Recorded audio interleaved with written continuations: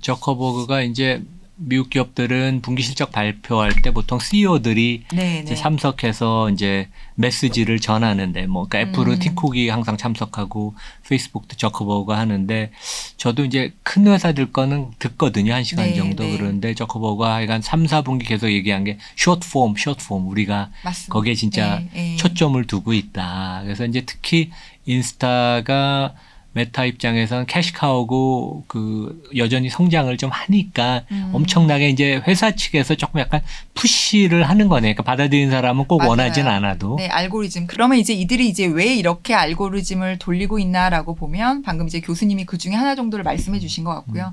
첫 번째가 일단은 광고 매출인 건데 이 텍스트나 이미지를 자꾸 보는 것보다는 이렇게 비디오 숏폼을 계속 이제 던져주면 체류 시간이 길어진다는 그렇죠. 거죠. 그래서 결국에 중장기적으로는 이제 광고 매출이 조금 포텐셜이 있다라는 거 하나고 두 번째는 실리콘밸리의 모든 소셜 미디어들의 공통적인 어떤 문제나 숙제, 남겨진 숙제인 건데 이 유저들이 점차적으로 이제 데모그래피가 올드해진다는 거죠.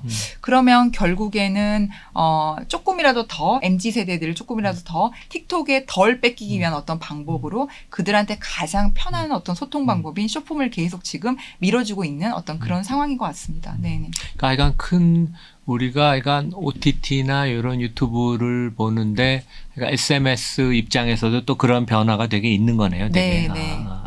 전에 6월에 작가님 나오셨을 때 사업 주권, 그러니까 IP 얘기를 많이 하셨잖아요. 맞습니다. 오징어 게임이 실제 넷플릭스한테 어마어마한 기업가치 이익을 창출을 해줬는데 이제 우리 국내에서는 열심히 노력을 해서 국위선양은 했지만 실질적인 경제적인 그런 이득은 보지 못해서 이제 가장 큰 문제가 숙제가 IP다 사업 주권이다. 근데 이번 책에도 그런 얘기를 되게 강조를 많이 하시는데 지금 우리가 어디 와 있나요? 조금 이제 개선이 약간 되나요? 어떻게? 그러니까 제가 사업 주권, 글로벌 시장에서 K 컨텐츠 사업 주권을 이야기할 때 크게 이제 흔히 쉽게 이제 소통하기 위해서 K-팝과 K 드라마를 좀 비교를 하는 것 같아요. 그러니까 K-팝은 음반 판매라든지 또 유튜버와의 어떤 관계 그리고 또 콘서트라든지 그리고 이제 대표적으로 이제 BTS를 가지고 있는 하이브가 이제 커머스 경제 플랫폼을 자체적으로 가지고 있잖아요. 그러면서 컨텐츠와 플랫폼 모두에서 이 오너십을 좀 가지고 있는 장르가 이제 K-팝인 것 같고요. 반면 K-드라마는 익히 알려졌듯이 우리가 컨텐츠를 해외 OTT에 제공하고 그리고 이제 제작비 한 10% 수준을 제작 수수료 마진을 이제 받으면서 IP를 이제 뺏기는 이런 조금 세게 표현하자면 납품 거래를 하고 있는 거죠.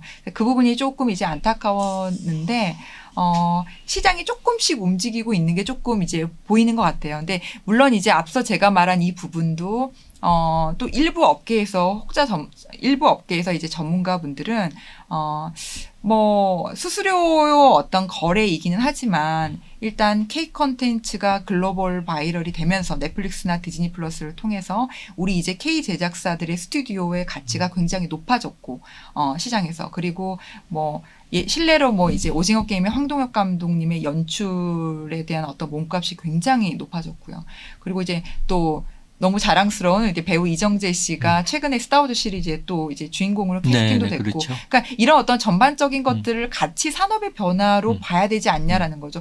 그 부분도 한꺼번에 다 일어날 수 있는 건 아니니까 그 부분도 이제 맞는 말씀이지만 조금 더 욕심을 내보자면, 조금 더 엄격하게 보자면 결국에 사업 주권이라는 거는 IP의 본질이라는 거는 컨텐츠를 제공하면서 이 기획자가 컨텐츠의 현재와 미래의 어떤 결과값을 주도적으로 설계할 수 있어야 된다. 이제 그게 저는 실은 IP의 확보라고 보기 때문에 이 부분에 대한 숙제가 남겨 있다라고 봅니다. 그런데 이제 시장이 어느 정도 빨리 변하냐면 저희가 이제 앞에 광고 요금제 이야기할 때도 말씀드렸지만 플레이어들이 막 과잉 공급되고 있잖아요. 그러다 보니까 더 좋은 어떤 양질의 컨텐츠를 제작하는 스튜디오의 가치가 높아지고 또 OTT 입장에서는 좋은 컨텐츠를 또 제공받기 위해서는 더 좋은 조건으로 거래를 해줘야 되기 때문에 과거에 이제 또 내 돈으로 찍었으니까 IP 다 내놔. 약간 이런 스탠스에서 최근에 이제 해외 OTT들이 스튜디오랑 IP를 조금 나누는 이게 쉐어하는 이런 움직임들이 조금 일어나고 있습니다. 그래서 이 부분이 굉장히 좀 고무적으로 보고 있고요. 그러니까 그러면 네네. 이제 국내에서 대표적인 네네. 그들은 어디를 얘기하시는 건가요? 뭐 스튜디오 드래곤 드래곤도 같은, 있고 최근에 뭐 우영우로 이제 상장사죠. 에이스토리 같은 경우에. 예. 네. 그러니까 저는 이제 그 우영우 같은 사례가 굉장히 많아질 것으로 보이는 게 넷플릭스와의 거래가 이런 거죠. 그러니까 KT 스튜디오 진이라는 이 제작사, 그다음에 상장사인 에이스토리가 이제 공동 제작으로 완벽하게 펀딩을 한 다음에 넷플릭스의 해외 방영권만 판매한 경우거든요. 아, 그런가요? 네네. 그러니까 기존의 오징어 게임하고는 이제 완전히 다른 거죠. 오징어 게임은 모든 펀딩을 돈을 다 받은 거고. 넷플릭스가 받은 거고. 그러니까 이렇게 되다 보면 근데 이런 어떤 거래가 가능한 것도 K 스튜디오들의 가치가 높아지면서 OTT 외에 FI 투자처들이 지금 그러니까 일어나고 자체 있다는 국내에서도 거죠. 펀딩이 되고 해외에서도 이제 돈 되고 싶어 하겠네요. 그러면. 그렇죠. 이제 그러면 실은 넷플릭스와의 기존의 어떤 내 돈으로 했으니까 IP 다 내놔. 약간 이런 스탠스가 조금씩 열리지 않을까라고 지금 생각을 하고 있습니다. 그러면 이제 K 제작사들 이 스튜디오 입장에서는 지금 이 시장의 기회를 잘 잡아야 될 것 같아요. 결국에는 컨텐츠를 굉장히 좋게 그다음에 이제 규모감 있게 생산하면서 조금 스튜디오가 IP로 이제 밸류에이션 게임을 조금 할 수 있는 그냥 조금 그 때로와 같은 게 조금 기반이 잘 만들어진 상황이라고 보고 있습니다. 네네. 그러니까 지금 뭐 한 4, 5개월 전에 나오셨을 때보다는 네네. 약간 또 변화가 긍정적으로 있는 거네요. 되게 방향은. 그게 너무 재미있는 게 불과 지금 오징어 게임이 작년 가을이었으니까 지금 뭐 고작 한 1년이 채 안 된 거잖아요. 굉장히 좀 시장이 빠르게 지금 변화하고 있는 것 같습니다. 네네. 그 약간 국내로 얘기를 다시 돌려서 우리가 이제 최근에 보면 이제 쿠팡. 네네. 쿠팡이 증시에서는 우리 국내에는 상장이 안 돼 있지만 미국 나스닥에 상장돼 있는데 최근에 3분기 실적이 또 되게 처음으로 흑자 전환을 해서 시총이 네네. 40조 원입니다. 네네. 그래서 우리가 매일 쓰는 이마트 시가총액이 2조 원인데 얼마만큼 이제 이마트가 저희 소비자한테는 많은 그런 혜택을 주지만 기업으로서는 돈을 못 벌기 때문에 2조 원에 머물고 있는데 쿠팡은 이제 뭐 불과 10년도 안 된 사이에 어마어마한 편의를 제공하고 대단한 비즈니스 모델을 만들어서 이마트 시총의 20배. 그러니까 대단한 거죠, 진짜. 자랑스럽네요. 네, 진짜 자랑스럽죠. 그리고 지금 뭐 월가의 많은 그 증권사들이 이제 쿠팡의 업사이드를 저도 그 쿠팡을 써보니까 뭐 진짜 대단한 것 같아요. 근데 이제 쿠팡 플레이, 그 OTT, 토종 OTT가 이제 시작한 지 1.5년이 됐는데 여기가 조금 독특한 콘텐츠를 내기도 하죠. 하고, 그리고 최근에는 또 뭐 그 외에도 뭐 해외 축구팀도 이렇게 불러다가 하고 약간 좀 이러한 그 다양한 그런 그 뭐 볼거리 이런 흥미거리를 많이 제공해서 약간 아마존 역시 따라가는 그런 모습을 보이기도 하지만 우리가 이것을 어떻게 봐야 되는지 조금 뭐 말씀 좀 듣고 싶네요, 되게. 누가 봐도 아마존 플레이를 이제 벤치마킹을 하고 있는 걸로 보이는데 본인들 이제 내부 임원들 인터뷰를 보면 우리는 아마존을 벤치마킹 하는 게 아니다라고 또 이렇게 그렇게 또 말씀을 하시더라고요. 그래서 저도 이제 깜짝 놀랐던 게 지금 아까 말씀하신 흑자 전환 3분기 흑자 전환이 로켓 배송 8년 만에 처음 있는 흑자 전환이라고 굉장히 이제 고무적으로 발표가 됐더라고요. 그래서 저도 이게 아마존이랑 상관없이 이 쿠팡 플레이에 굉장히 좀 긍정적으로 영향을 끼쳤으면 하고요. 현재 지금 말씀하신 대로 2020년 크리스마스 때 제 기억에 출시를 했기 때문에 역사가 쿠팡의 OTT 역사가 1년 반 정도 이제 된 거죠. 네, 지금 현재 토종 OTT로서는 450만 명 정도의 가입자이기 때문에 뭐 지금 현재 토종에서는 거의 1등 벌써 거기까지 왔나요? 갔다라고 보시면 될 것 같고요. 근데 다만 이제 티빙이나 웨이브 같은 토종 OTT는 좀 다르게 조금 가격이 싸죠. 얘가 아마 한 5,900원 정도 제가 알기로는 제 기억으로는 그런데 조금 가격은 좀 싸지만 굉장히 지금 알차게 잘 하고 있는 것 같고요. 최근에 이제 재미있는 흐름이 저도 이제 시장에서 굉장히 깜짝 놀랐는데 2022년에 이제 여름에 극장용 블록버스터 영화 한산이라고 명량의 이제 시즌 2였었는데 거의 지금 현재 뭐 코로나가 아직 마무리가 되지 않았는데도 극장에서 한 750만 명 정도면 뭐 1년에 한 편 나오기 힘든 굉장한 그러네요. 블록버스터였던 네. 거죠. 네. 그런데 종영하고 나서 당연히 이제 IPTV 통신기업들로 들어가야 되는데 이제 쿠팡이 이제 그 통신 3사의 IPTV 3사에서 일어날 수 있는 모든 VOD 매출을 다 보존하고 또 경쟁 OTT로 갔을 때 이 발생 가능한 예상 매출을 다 보존해주고 그러니까 쿠팡이 굉장히 빅머니를 지르고 이 쿠팡 플레이의 완전한 어떤 독점 방영권을 확보를 한 거죠. 이게 아마 통신기업들을 깜짝 놀랐을 거예요. 이게 IPTV 역사가 국내에서 한 20년 정도인데 20년 역사 동안 아마 최초의 일이었고요. 그래서 이런 플레이들이 굉장히 늘어날 것으로 보고 있고 또 이제 여기서 이제 짚고 넘어가야 될 거는 한산이나 이제 비상선언 같은 이 두 작품을 이제 독점 방영권을 확보했는데 쿠팡의 오리지널이 아니라는 거죠. 그러니까 쿠팡만의 넷플릭스처럼 이 쿠팡의 오리지널이 아닌 그냥 대한민국에서 굉장한 흥행한 이 모두의 흥행 영화 자체를 이제 얘네들이 이제 완전하게 이제 독점을 했고요. 컨텐츠의 전략도 저는 굉장히 이제 엣지 있다고 생각하는 게 2020년에 이제 크리스마스 때 얘네들이 출시를 하고 쿠팡이 초기에는 후발주자라는 걸 인지를 하고 굉장히 틈새 컨텐츠들을 공략을 했거든요. 말씀하신 대로 이제 스포츠, 그다음에 뭐 키즈나 교육, 네. 이제 이런 것들로 공략을 하다가 점차적으로 이제 어떤 빅머니가 필요한 영화나 드라마 오리지널로 확장을 하고 자신감이 있고 좀 생긴 거겠네. 자신감도 네. 생기고 이제 뭐 더 프리미어 리그의 어떤 어떤 프리 경기들도 디지털 독점권을 또 그렇죠. 가지고 오기도 하고요. 토트넘 같은 것도 네. 리버풀도 이제 가지고 왔고. 손흥민 뭐 그런 것들. 네. 그러면서 이제 굉장히 지금 잘 하고 있고 안정적으로 잘 하고 있고 또 이제 업계에서는 저희 이제 스튜디오 플레이어들한테는 쿠팡 플레이 하면 이제 예능 강국, 예능을 좀 잘하는. 그래서 이제 SNL 같은 경우에 SNL이 거의 한 170억 정도 제작비니까 네. 웬만한 영화 드라마보다 굉장한 어떤 블록버스터 예능이죠. 네. 그래서 이제 굉장히 지금 알짜로 잘 하고 있는 걸로 보입니다. 네. 그러니까 이제 쿠팡이 그 대만에도 쿠팡 서비스를 이제 런치한다 그러고 이제 아시아에 뭐 싱가포르 같이 이제 한국하고 구조가 인구도 비슷하고 경제 구조 비슷한데 이제 런치한다. 근데 아무래도 그러면 이제 컨텐츠도 이제 같이 그럼요. 덩달아서 이제 진출을 하고 이제 그렇겠네요, 되게. 그러니까 오리지널 뭐 SNL처럼 이제 오리지널 같은 경우는 오로지 다 그냥 쿠팡의 IP이기 때문에 네. 전체를 다 글로벌로 서비스를 할 수 있고요. 예. 다만 이제 일부 그냥 수급한 컨텐츠는 이제 판권 계약을 다시 아마 해야 될 것으로 보입니다. 네. 그러면 조금 저 얘기를 돌려서 그 우리 K 웹툰 웹소설 얘기를 좀 해보면 좋을 것 같아요. 그러니까 보니까 이게 미국은 이제 그 코믹스라고 그러고 그게 이제 일본에서 망가. 근데 웹툰이라는 게 한국에서 맞아요. 나온 네, 말인 거 네. 처음 알았어요. 그래서 그러니까 사실 저희도 이제 글을 쓸 때 컬럼이나 책을 쓸 때 조금 사실상 K 웹툰이란 말이 적합하진 않거든요. 왜냐면 웹툰 자체가 K 한국의 장르이기 때문에. 그러니까 이게 해외에서는 원래 안 쓰던. 네, 안 그러니까 쓰는 영어가 단어. 되게 자연스러워서 저는 맞아요. 네, 네. 그런 표현이 있는 줄 알았더니 이게 아니더라고요. 그런데 이제 일반 대중분들이 모르시는 분들이 있기 때문에 저희가 그럼에도 불구하고 웹툰에 이제 K라는 단어를 붙여서 소통을 하긴 국내에서만 하는데 그러는 거겠네. 네. 원래로는 그냥 웹툰이라고 해도 이제 무방한 거죠. 저희 한국의 장르이기 때문에. 네.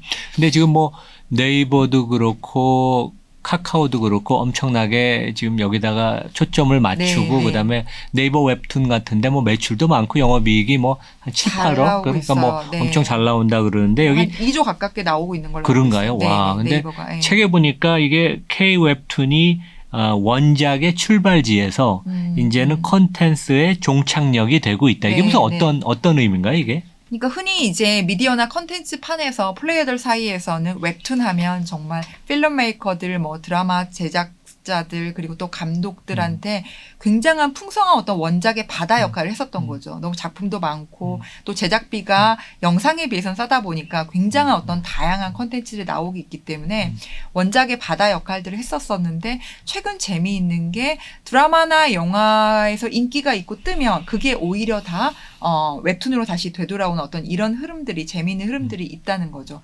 가장 최근으로는 이제 우영우가 있을 수 있는 것 같아요. 우영우가 올해 그냥 상반기에 정말 글로벌 190개국에서 어마어마한 어떤 바이럴을 일으키고 그 이후에 바로 또 이제 웹툰으로 이제 옮겨가면서 또 이제 큰 화제가 됐거든요. 그런가요? 네. 물론 이제 드라마에 비해서는 조금 반향은 약하긴 했지만 오히려 이렇게 역으로 컨텐츠의 종착지 역할을 하고 있는데 이제 이런 것들을 이제 저희가 이제 산업적으로는 이제 드라마 코믹스, 그러니까 드라마 코믹스라는 어떤 표현을 쓰는데 이 드라마 코믹스가 우영우가 최초의 사례는 아니고요.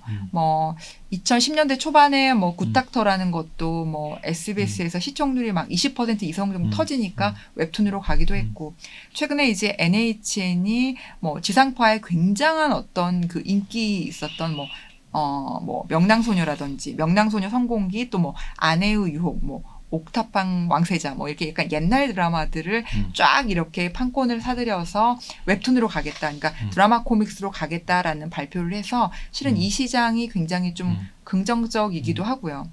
그리고 또 이제 네이버의 최근 어떤 움직임도 재미있는 게 네이버가 뭐 DC 코믹스 또는 그 BTS를 들고 있는 이제 하이브의 어떤 슈퍼 IP들을 기반으로 웹툰이나 웹소설로 가고 있는 또 이런 움직임들도 굉장히 좀 고무적이라고 봅니다. 그러니까 저는 네네. 일반적으로 우리가 웹툰에 기반해서 가령 넷플릭스에서 최근에 히트친 뭐 이태원 클래스나 지금 우리 학교는 전 이것도 봤어요. 약간 좀비 영화죠. 그래서 이런 거가 주로 있는 걸로 알았는데 이제 거꾸로 이러한 그 인기가 있는 드라마나 영화가 터지면 다시 이제 웹툰으로 제작되는. 근데 반응은 어떤가요? 그런 게 전 세계적으로? 반응은 일단은 그냥 마케팅적으로는 뭐 이미 인지도가 있는 어떤 인기 드라마나 영화였기 때문에 마케팅적으로도 굉장히 고무적이고 그리고 약간의 이제 각색을 한다는 거죠. 그러니까 네이버가 최근에 했었던 DC 코믹스의 배트맨 같은 경우도 살짝 어떤 다른 어떤 프리퀄의 방식으로 나왔기 때문에 이제 이런 어떤 재미들이 있을 수 있고요.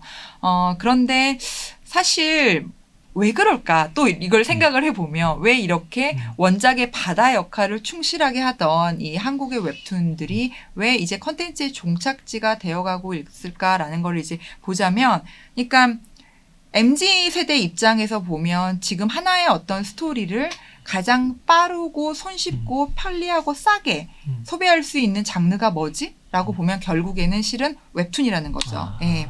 그래서 이제 그러다 보니까 무언가 다른 포맷에서 인기가 있으면 그게 이제 다시 웹툰으로 재창조하는 이 작업 자체를 공급자가 놓치기가 힘들다라는 거고요. 그리고 이제 제가 이제 최근에 굉장히 재미있는 게 유튜브에서 지금 1990년대나 2000년도 초반까지의 굉장히 인기 있었던 드라마의 다시 보기 열풍이 굉장히 세거든요. 그런가요? 네, 굉장히 센데 이게 여기서 흥미로운 지점은 그런 것 같아요. 그러니까 저희 같은 어떤 기성세대들이 봤었던 옛날의 과거의 드라마를 다시 보는 이 추억팔이가 아니라 당시 그 시절에는 이 드라마를 본 적도 없고 접한 적도 없는 지금 새로운 어떤 영세대들이 지금 이 드라마에 몰입하고 있다라는 거거든요. 예. 그런데 이거를 이제 뭐 최근에 이제 추노라는 어떤 작품이 굉장히 이제 MZ세대에서 화제가 됐는데 추노요? 추노요. 예. 그러니까 지금 저희가 이제 제가 기사를 보고 유튜브에 들어가서 이제 추노라는 드라마를 보면 제가 그 시절에 봤던 그 추노가 아닌 거예요. 굉장히 짧게 편집이 된 이 숏폼에다가 편집도 굉장히 이제 재빠르고 그래서 이제 옛날에 누가 나왔던 거죠? 그 추노가 그 장혁 씨 나와 이제 있었던 드라마인데 굉장히 시청률이 높았어요. 그래? 아마 미국에 계셨을까요? 싱가포르에 계셨을까요? 제목은 제가 기억이 나는데. 네네. 그래서 이제 저희가 이 지금 MZ세대들한테 유튜브에서 인기 있는 추노는 저희가 그 시절에 봤던 추노와는 이제 완전히 편집 방식도 다른 어떤 새로운 어떤 쇼폼 장르라는 거죠. 그래서 이제 처음부터 끝까지 이 친구들이 보지 않고 이 요약된 컨텐츠를 유튜브에서 소비하기 때문에 주옥 같은 이 과거의 스토리들이 새로운 방식으로 이제 소비하고 있다는 거고요. 즉 이런 방식에서 지금 아까 이제 저희가 원론적인 질문으로 돌아가 보자면 웹툰을 왜 요즘에 웹툰이 컨텐츠의 종착지가 되고 있지라고 보면 지금 이 시절에 지금 이 시기에 가장 컨텐츠를 좀 빠르고 편리하고 가성비 높게 소비할 수 있는 이 방식 자체가 지금 소구하고 있기 때문에 이게 지금 웹툰으로 재창조하고 있는 걸로 보이고요. 그러니까 MZ 세대가 그렇게 그것을 액세스하고 소비하는 걸 원해서 이제 그러는 거네요, 좀 더. 그렇죠. 그러니까 보면 뭐 책에서는 저희가 실은 해리포터로 조금 설명을 하기도 했거든요. 그러니까 조앤 롤링이 해리포터 첫 어떤 출간이 1996년도였다라는 거죠. 1996년도에 해리포터가 출간이 됐는데 만약에 조앤 롤링이 2022년에 활동하는 신인 작가였다라고 한다면 해리포터가 과연 이 종이 소설책으로 나왔을까라는 거에 대한 어떤 의문이 있다라는 거죠. 그래서 지금 가장 편리하고 빠르고 요즘 세대들의 만든 어떤 소비 행태가 이제 웹툰이다. 그게 결국에 이제 교수님께서 질문 주셨던 컨텐츠의 종착지가 웹툰으로 조금 가고 있는 것 같다라는 거죠. 예.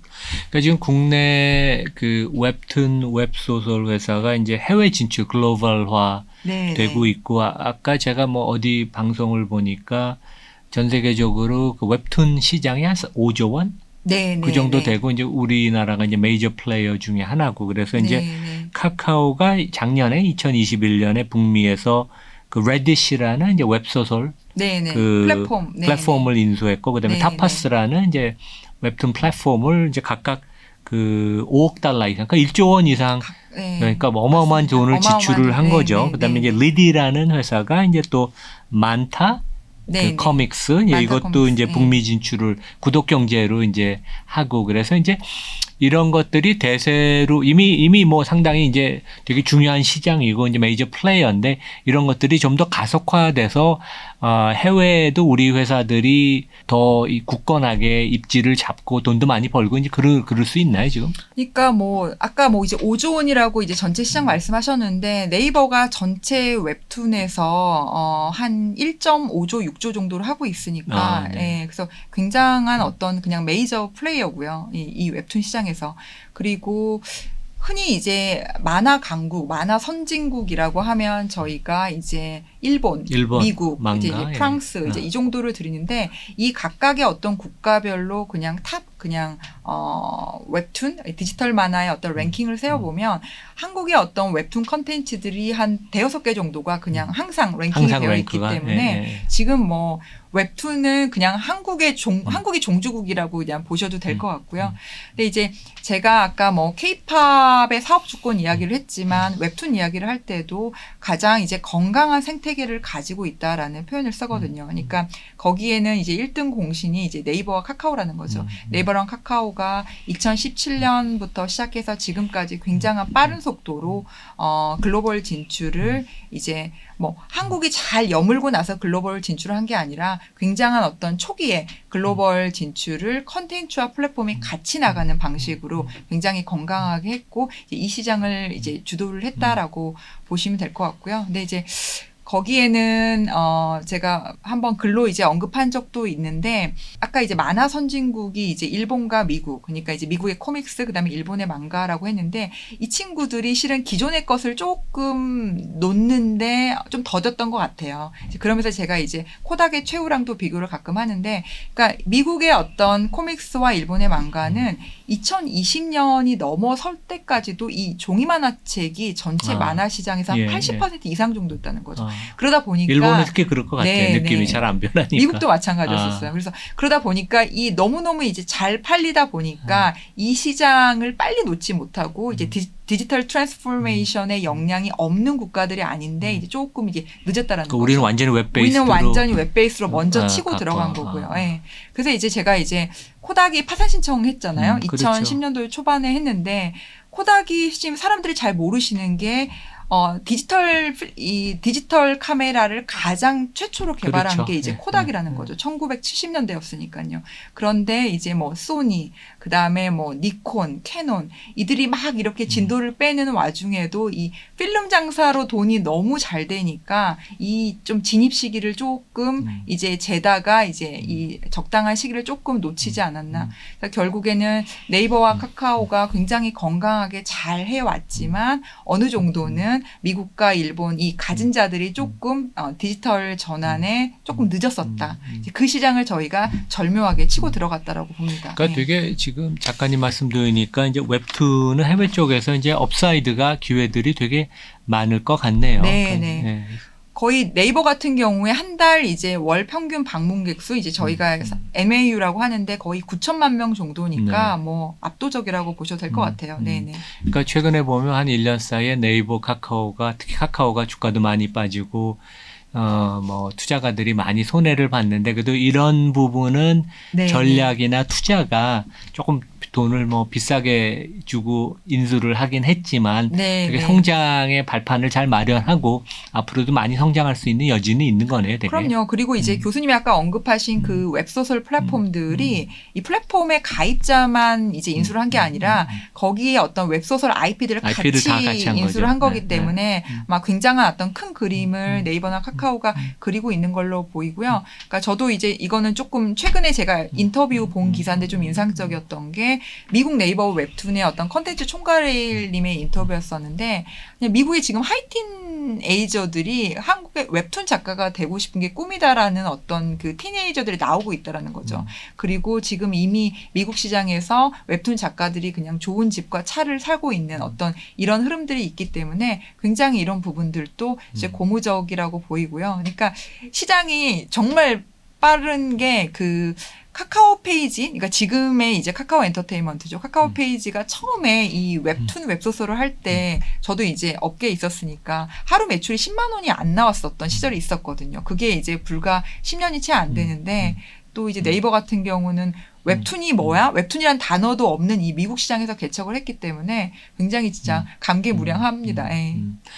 이거 뭐 1시간 거의 넘게 네, 우리 넘었나요? 너무 네네. 재밌는 말씀 많이 들었는데 오늘은 2023 콘텐츠가 전부다. 우리 노가영 작가님 모시고 이제 1시간 정도 우리 얘기를 했는데 저희 구독자, 청취자분들한테 마지막으로 뭐 네네. 한 말씀 해주실 거 있으면 하고 저희 마치죠. 네, 그래서 조금 뭐 재미있게 사례를 많이 말씀드리려고 했는데 조금 흥미로웠는지 모르겠고요. 일단 그리고 이제 최근 이제 신간이 2023 컨텐츠가 전부다는 조금 더 이제 챕터별로 이 전문가 이 스페셜 인터뷰들이 굉장히 두껍게 지금 포함되어 있습니다. 그래서 실제로 책으로 보시면 훨씬 더 쫀쫀하고 재미있게 읽으실 수 있을 것 같고요.